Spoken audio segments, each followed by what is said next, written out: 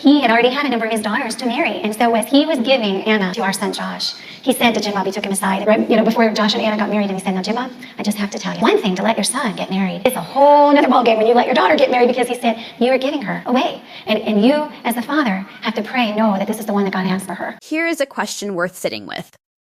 A man facing charges that carry a possible life sentence walks out of jail with no ankle monitor, no court-appointed supervisor, and essentially just a promise that he will behave. Meanwhile, his brother, convicted of a federal crime involving downloaded material, had stricter release conditions than he does right now. How does that happen? And why is a nonprofit connected to his family quietly scrubbing its website the same week he gets arrested? Everything discussed here comes from public court records, verified news reporting, and official legal documents. Let's get into it. Joseph Duggar is currently facing legal proceedings in 2 separate states simultaneously. In Florida, he is charged with 2 counts related to a hands-on offense against a minor. His next scheduled court hearing falls on June 16th, where his attorneys are pushing for him to have unsupervised access to his children and permission to visit a property he claims has been abandoned. A pre-trial hearing is set for July.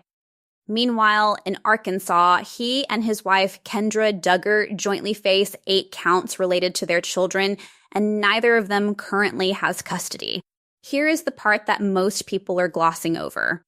When Josh Duggar was arrested back in 2021, the conditions of his release were significant. He had to live outside his own home. He wore an ankle monitor. A supervising family, the Reber family, had to agree to house him and account for his whereabouts at all times.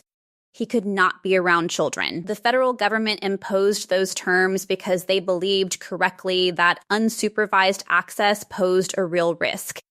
Joseph's conditions of release are notably different. No ankle monitor, no live-in supervisor, no court-appointed guardian watching his movements. According to records, the state of Florida accepted a cash bond, meaning if Joseph violates his terms, the bond is forfeited. That is the mechanism. That is the deterrent. Money now set aside the family name for a moment.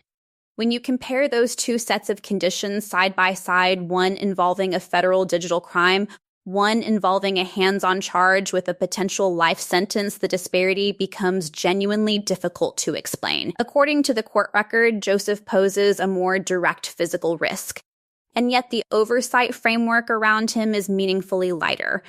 That question deserves an answer that nobody has clearly provided yet. Now, connected to all of this is a family that has quietly lost almost everything. Paul and Christina Caldwell are Kendra Duggar's parents. They came to Northwest Arkansas years ago to plant a church, Lighthouse Baptist Church in Fayetteville. They built a congregation. They built a community. According to multiple sources, when Joseph was arrested, they were the ones who went to law enforcement. They reported what they knew. What happened next, according to public records and verified reporting, was a sustained effort to remove them from their home and their community.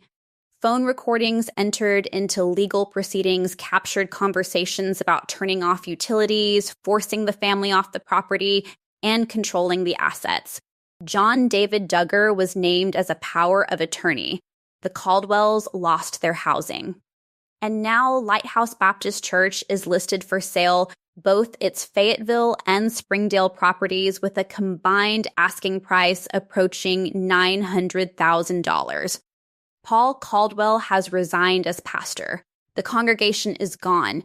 The community they spent years building does not exist anymore. Under nonprofit law, the church assets do not go to the Caldwells personally. Those funds will be distributed according to dissolution rules, likely to a connected church organization. But none of that changes what the sale represents. A family that went to the police, did what the legal system asks people to do, and lost nearly everything because of it. And this is where it gets complicated in a different direction. Shortly after Joseph's arrest, a subscriber flagged an email that had gone out through Metacorp, a nonprofit organization connected to several members of the Duggar Extended Network, including John David Duggar. The email appeared to solicit donations. The timing, right as the family was navigating bond payments, raised immediate questions. So, what is Metacorp? According to its own materials, it is an emergency response and disaster relief nonprofit registered in Arkansas. It has presented itself as a humanitarian organization. But here is what the public records actually show. As of the filing timeline, Metacorp is listed as not current with the Arkansas Secretary of State's Charity Division. Under Arkansas law, registered charities must submit financial disclosures annually. The deadline for 2024 financials passed in May of that year. Organizations that fail to file by January of the following year are flagged as not current. Metacorp is more than a year overdue. Under Arkansas law, a charity that is not current cannot legally solicit donations. It cannot send fundraising emails. It cannot maintain active donation links on its website. According to the records, it has been doing all of those things. Now, separately, Metacorp's website listed a CFO named Jimmy Burns described as a licensed CPA in Arkansas and a former controller for a major food company. That credential was publicly visible on the organization's website as recently as 2025. The problem is that Jimmy Burns surrendered his CPA license to the Arkansas State Board of Public Accountancy in 2016 permanently in lieu of further disciplinary proceedings. He had previously been cited in 2014 for holding himself out as a CPA while his license was inactive. Under Arkansas law, once a license is surrendered, claiming to be a licensed CPA in a professional or public capacity is a violation.